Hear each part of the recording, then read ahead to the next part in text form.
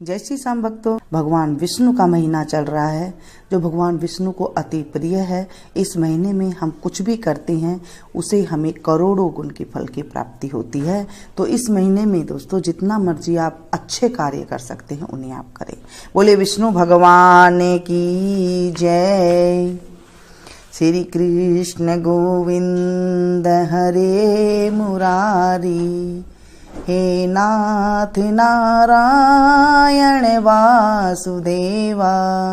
श्री कृष्ण गोविंद हरे मुरारी, हे नाथ नारायण वासुदेवा। नवा अध्याय। सुत जी कहने लगे कि इसके बाद नारद जी विस्मय युक्त हो मेधावी ऋषि की कन्या का वृत्तांत पूछने लगे। नारद जी ने पूछा, हे प्रभु, फिर उस ऋषि कन्या ने वन में क्या किया? क्या किसी ऋषि ने उसके साथ विवाह किया? नारायण कहने लगे, इस कन्या ने दुख के साथ अपने पिता का स्मरण करते हुए वहां आश्रम में रहकर कुछ काल व्यतीत किया। भाग्यवश एक दिन उस वन में अपनी इच्छा से विचरण करते महाकोप वाले दुर्वासा मुनि आ गए। आश्रम में मुनि को आता हुआ देखकर शोक सागर में डूबी हुई उस कुमारी ने उठकर धीरज धारण करके मुनि के चरणों में नमस्कार किया। नमस्कार करके मुनि को अपने आश्रम में लाई। अर्ध पाद्य और वन के नाना प्रकार के फलों से आदर करके मुनि का पूजन किया। फिर मुनि कन्या आदर से कहने लगी, हे मुने, आपको नमस्कार है। मुझ दुर्भाग्नि के आश्रम में आपका कैसे आना हुआ? आपके आने से मेरे भाग्य का उदय हो गया, अथवा मेरे पिता के पुण्य प्रताप से मुझको समझाने के लिए आप आए हैं। आप जैसे महात्माओं के तीर्थ रूपी पांवों के रज कण को स्पर्श कर मेरा जन्म सफल हो गया। जो आप जैसे महात्माओं का मुझको दर्शन हुआ। इस प्रकार कहकर यह बाला उनके आगे चुपचाप होकर बैठ गई। तब दुर्वासा मुनि कुछ हंसकर बोले, धन्य धन्य हे ब्राह्मण पुत्री, तुमने अपने पिता के कुल का उद्धार कर दिया है। कन्या बोली, हे मुनि, आपके वचनों को सुनकर मेरा दुख दूर हो गया।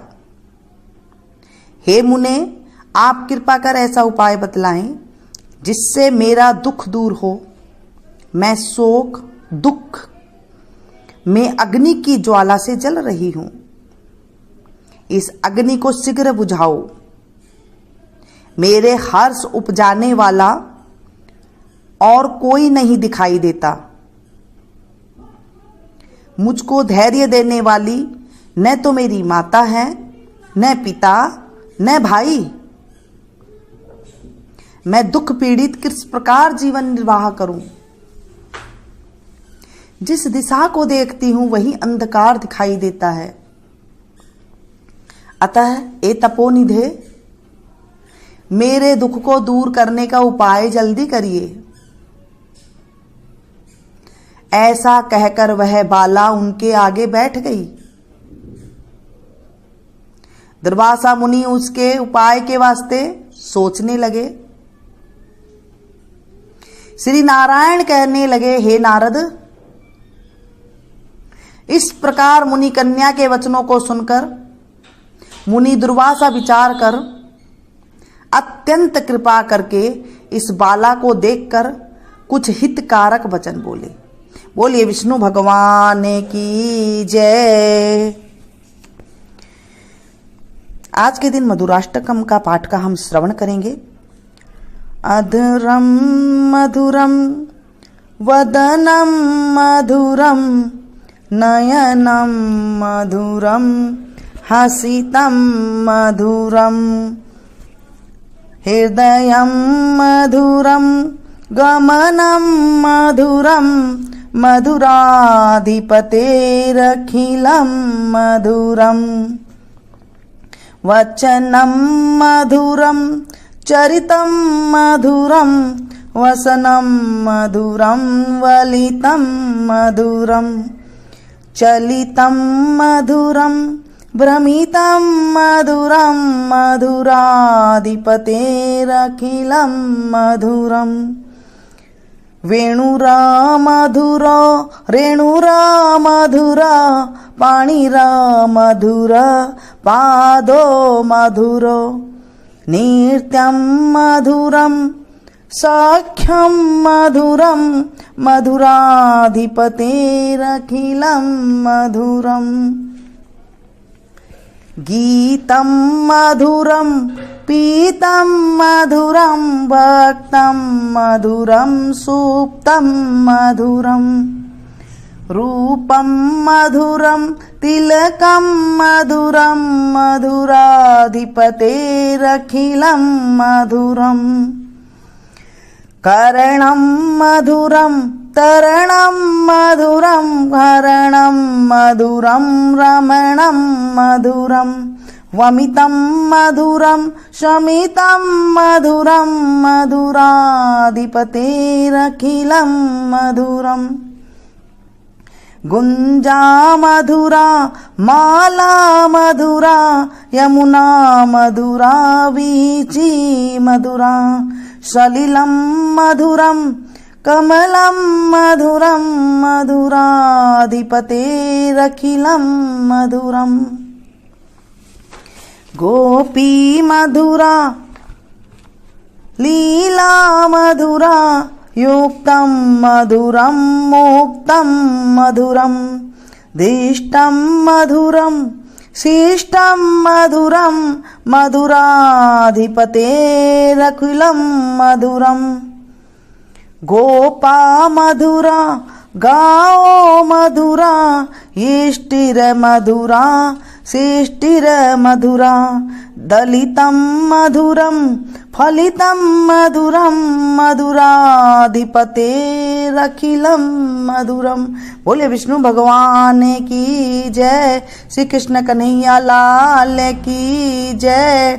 श्री मधुरापति का सब कुछ मधुर है। उनके अधर मधुर है, मुख मधुर है, नेत्र मधुर है, हास्य मधुर है और गति भी मधुर है। उनके वचन मधुर है, चरित्र मधुर है, वस्त्र मधुर है, अंग भंगी मधुर है, चाल मधुर है और भ्रमण भी अति मधुर है। श्री मधुरापति का सब कुछ मधुर है। उनकी वेणु मधुर है, चरणर मधुर है, कमल मधुर है, चरण मधुर है, नृत्य मधुर है और सख्य अति मधुर है। श्री मधुरापति का सब कुछ मधुर है। उनका गान मधुर है, चरण मधुर है, पान मधुर है, भोजन मधुर है। श्री मधुरापति का सब कुछ मधुर है। करुणम मधुरम तरणम मधुरम, हे अति मधुर है।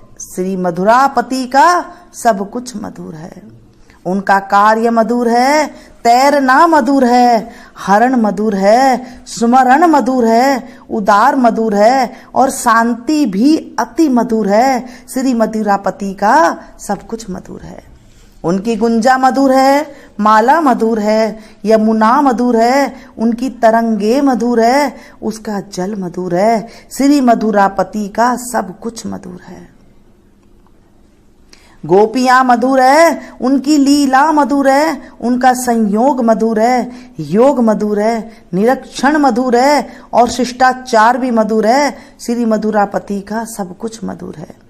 गोप मधुर है, गौएं मधुर है, लकुटी मधुर है, रचना मधुर है, दलन मधुर है और उसका फल भी अति मधुर है। श्री मधुरापति का सब कुछ मधुर है। बोलिए कृष्ण कन्हैया लाल की जय, विष्णु भगवान की जय। अधिक मास में मधुराष्टक का पाठ अवश्य करना चाहिए। इस पाठ के करने से हमारे जो दुर्बुद्धि होती है वो सुबुद्धि में परिवर्तन हो जाती है। हमारे जीवन में जो कष्ट होते हैं वो सुख में परिवर्तन हो जाते हैं। भगवान करोड़ों गुना फल देते हैं जब हम पुरुषोत्तम मास में कुछ भी चीज़ का दान पुण्य करते हैं। कुछ भी चीज़ में आप कुछ भी कर सकते हैं। इलायची कर सकते हैं, 33 इलायची कर सकते हैं, 33 आप लौंग कर सकते हैं, छोटी से छोटी चीज़ कर सकते हैं, 33 आप टॉफियाँ कर सकते हैं, 33 आप जलेबी कर सकते हैं, 33 आप मालपुआ कर सकते हैं और उन्हें फिर आप मंदिर में दान दे सकते हैं। नहीं तो आप किसी गरीब को भी दान दे सकते हैं। आपका मन चाहे जिसे आप दान दे सकते हैं। ये थी छोटी सी जानकारी। पसंद आई तो प्लीज़ एक लाइक जरूर दें। इसे ज़्यादा से ज़्यादा अपनों के पास शेयर कीजिएगा, क्योंकि जब हम किसी को सुनाते हैं तो ज़्यादा से ज़्यादा लोगों को सुनना एक साथ हमारे लिए बहुत अच्छा होता है। जैसे मैं आपको ये कथा सुना रही हूँ और मुझे भी सुनाने का करोड़ों गुना का फल की प्राप्ति होगी। ऐसे जब आप लोग सुनाएंगे तो आप लोगों को भी करोड़ों गुना की फल की प्राप्ति होगी। मिलती हूँ फिर से एक नई वीडियो में नई जानकारी के साथ। तब तक आप लोग देखते रहिए मीनू संगीत। Thank you. जय श्री श्याम भक्तों, पुरुषोत्तम मास चल रहा है।